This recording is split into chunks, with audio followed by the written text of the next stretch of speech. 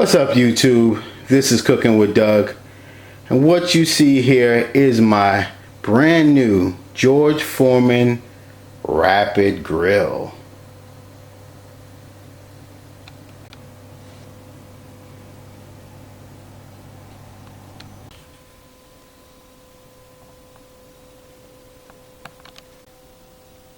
Alright, that's our manual right there. That's a little drip catcher, drip tray, or whatever you call that. And that's, you know, our regular grill pan right there. Our grill plates. So obviously it detaches, right? This is what they call the bake pan, but I call it a griddle. And this is your waffle grates right there. Pretty straightforward.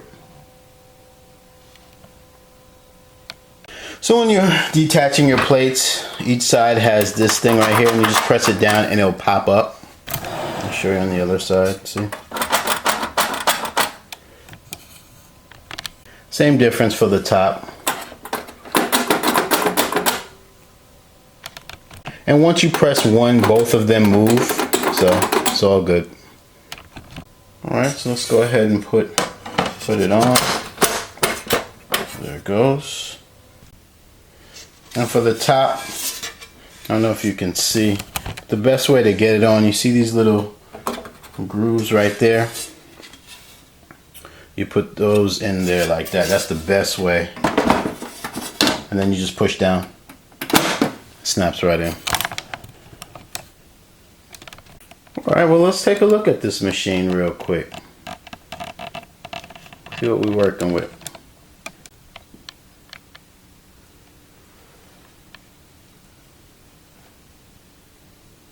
Power, temp, up and down, and timer. Pretty straightforward. I like that. The last George Foreman I had that little dial thing. It wasn't digital, so I like this part of it. But this looks pretty straightforward so far. I'm liking it. The power cord is not that long, but just when is it ever long with the George Foreman, right? Let's check out the back. Usually has a flap, there it goes, to make it slant so that your food can drip down. So nothing different there. Oh, and it even has a little thing where you can wrap your cord on. That's cool. Just peep that. Yeah, I got the black color, and it is a fingerprint magnet, so unfortunately it is what it is. But I like the shine though, it's cool.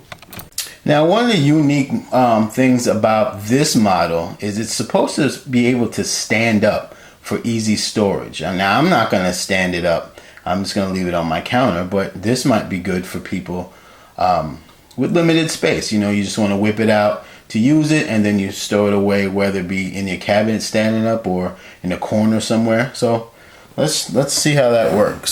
So I'm assuming it's going to stand on this thing right here. If it falls, that would be a fail. Nope. There it is. That's awesome. Look at that.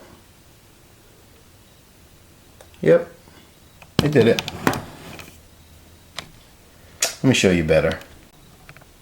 See? That's pretty cool. Before I turn this thing on and give this baby a go, let me go ahead and try out the other plates for you to see how they look on there. So let me show you how you pop it out. Just press down, boop. Pops right on up. Lift it off. This is what they call a bake pan, but again, I call it the griddle because I will be doing like eggs and stuff like that on here. Maybe some pancakes, maybe. But definitely Ashton scrambled egg. That's Ashton's my son, by the way, who, for those who don't know.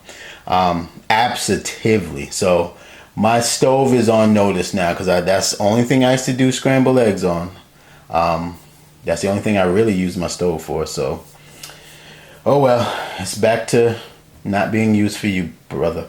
Alright, let's put on the waffle plate. And remember, when you're putting it on, you know this is the top part because you see these little things right here, and you just pop them in. And press down. Easy as that. Same thing for the top. Not bad.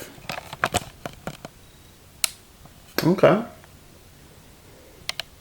So already guys, what I love about this machine is it has an on and off button right in the front. It's not on the side. And remember back in the days, the George Foreman didn't even have an on and off button at all. You just plug it in and plug it out. But this one's right on the front. I like that.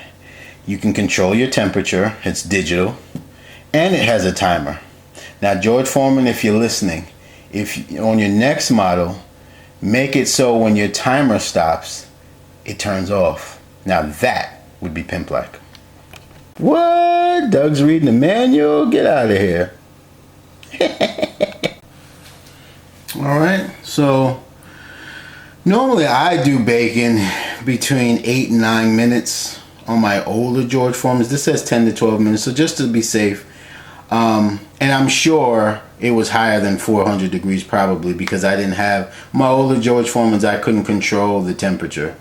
And we'll figure out how high this goes anyway. I don't know if 400 is the highest, but we'll see. So it says 400 for 10 to 12 minutes. Okay. Well, you don't have to season your plates or whatever, but this is what I like to do whenever I get any type of indoor grill. That's right. We're going to throw some bacon in there. All right. So let's see. We're going to hit power. So it's at 350. That's what will come on when you hit power. So goes up in 25 increments, it looks like. So what's the lowest? 300. So what's the highest? 425 as I figured. Okay. So 400, and I guess I'll wait. I don't see a start button, so let's see what happens.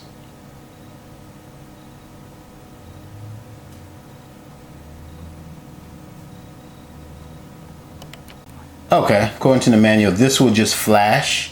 Whatever temperature you set it, it will flash and it'll become steady when the temperature is hit. So this is all right.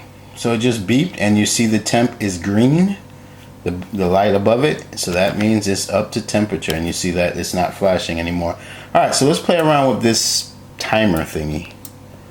I don't know what I'm doing with that, but okay, that goes up in 30s. So I'm gonna go at 11. Okay, cool, look at that. I don't know if you can see the smoke coming out. Look at that. Come on now. It's ready to roll. All right.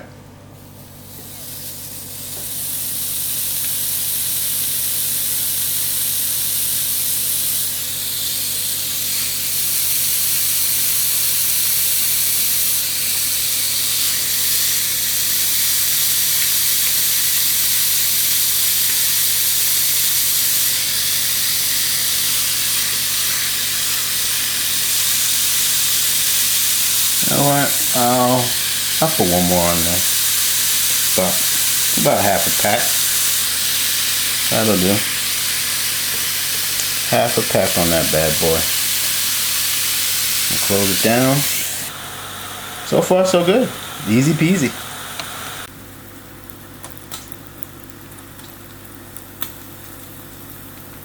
Alright guys, we are at 0.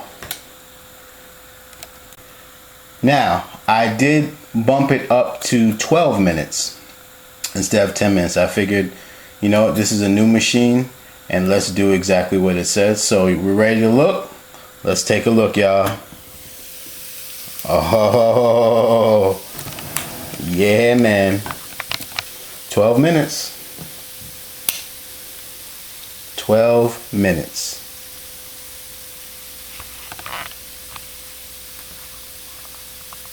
Come on now.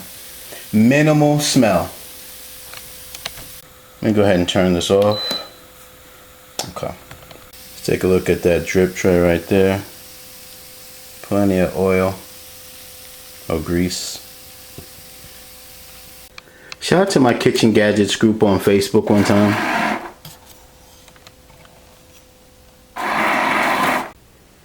Alright, so what I'm going to do now is pop it up. You know me, I go into overtime.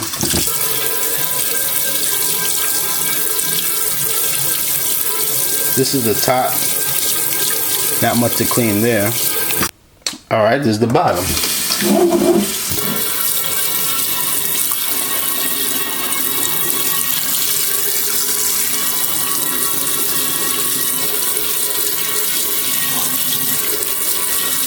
And I'll take a sponge and lightly, you know, brush anything else that's stuck on there off. But as you can see, most of it just came right off. That's pretty awesome. All right, we'll get rid of this grease. There we have it, guys. Took about 3 minutes of my life. That's about it to clean it. That's easy peasy. One thing I would mention to you guys, you have to push this in like really good. Push it in like all the way, like a click, yeah. And yeah. But other than that, I love it. It's easy. Let me go ahead and show you its new home. It's where I always put my indoor grills anyway, but I'll show you. Well, looky. Now normally, oh yeah, that's the setup right there in the corner. But normally, you see in that corner right there, that's where my George Foreman would normally go back in the days. But because I have this 8.5 quart Paula Deen air fryer, which is a little big, a little wide, can't fit there. So look, I have to put it on its side for now. Or I mean, I could leave it like this. But since, you know, I'm only using this for me generally to make bacon, watch what I'm gonna do. Boom, baby. Done. Done. Y'all probably thought I forgot about this bacon, didn't you? But we're gonna have one piece together because I'm gonna save this for my breakfast. Well, no, I'll have like 2 strips for breakfast tomorrow and the next day. Y'all take a bite.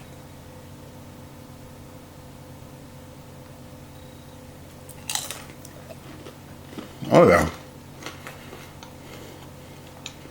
Ain't nothing like George Foreman bacon. But anyway, I say this George Foreman 6-serving grill is a go. I like it. Straightforward, simple to the point, and yeah, I have no complaints. So definitely, I'll put a link in the description so you can get yours. I got mine on QVC. I'll put an Amazon, if Amazon sells it, I'll put a link to the Amazon, I'll put a link to where to get it on Amazon. Other than that, I'm out. Hit like if you like it. Remember to subscribe. And if anything, thanks for just even looking at my video. Let's cook 'em a duck.